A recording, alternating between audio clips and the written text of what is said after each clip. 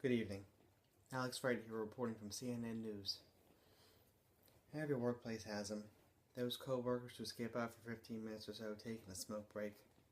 But have you ever thought about those co-workers' performance compared to your co-workers who don't smoke? A recent study shows smokers have a poorer than average work performance than non-smokers, and also tend to call in sick more as well.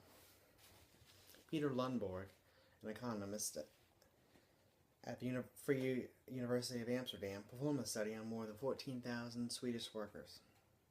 From his, Lundborg found smokers took an average 11 more sick days a year than non-smokers. From his study, published in the Tobacco Journal, Lundborg stated, "The results suggest that policies that reduce or prevent smoking may also reduce the number of days sick leave." Although this is a start, he suggests more research be done to link absenteeism from work and smoking cigarettes. Today, more and more employers are implementing smoke-free policies and or offering reimbursement for smoking cessation programs. For example, Walmart introduced a voluntary program for its employees called the Personal Sustainability Project, which teaches over 1.3 million employees the benefits of such things as energy efficiency and cigarette smoking. If this program continues successfully, Walmart could potentially reduce its healthcare costs on a workforce that is said to have higher rates of heart disease and diabetes than the general public. On the contrary, in 2005, a Michigan-based healthcare firm, Waco, introduced a smoke-free policy on all of its workers, even away from the workplace. To keep their healthcare costs down, Waco gave their employees a harsh ultimatum: either stop smoking cigarettes or leave their jobs. 4 workers left their jobs voluntarily because they refused to take the test for the healthcare cost benefits. However, the company stated it was preparing to dismiss the employees anyhow. Although smoking cigarettes is almost banned in all public places and is found socially unacceptable by most, this wasn't always the case.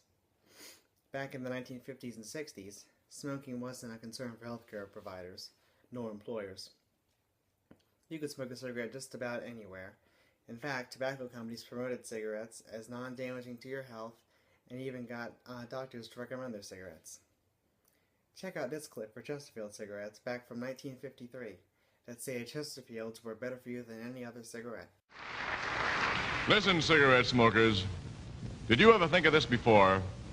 Chesterfield is the only cigarette in the country which gives you 1, proof of highest quality, 2, proof of no adverse effects to the nose, throat, and sinuses. Now, this proof comes from the latest report, just received, covering a full 16 months. And it comes from a doctor who's been examining a group of Chesterfield smokers as part of a program supervised by a responsible, independent research laboratory. Now, after a full year and 4 months, the doctor reports again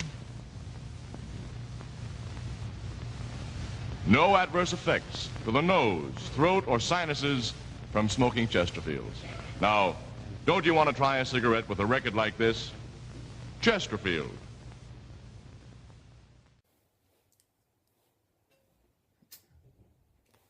Oh, CNN's not strict about the smoking policies at work, but your employer may be. Next time you go to work, check out and see what kind of smoke-free policies they have. Also, check into your healthcare plan and see what costs there are to smoking and the benefits of non-smoking.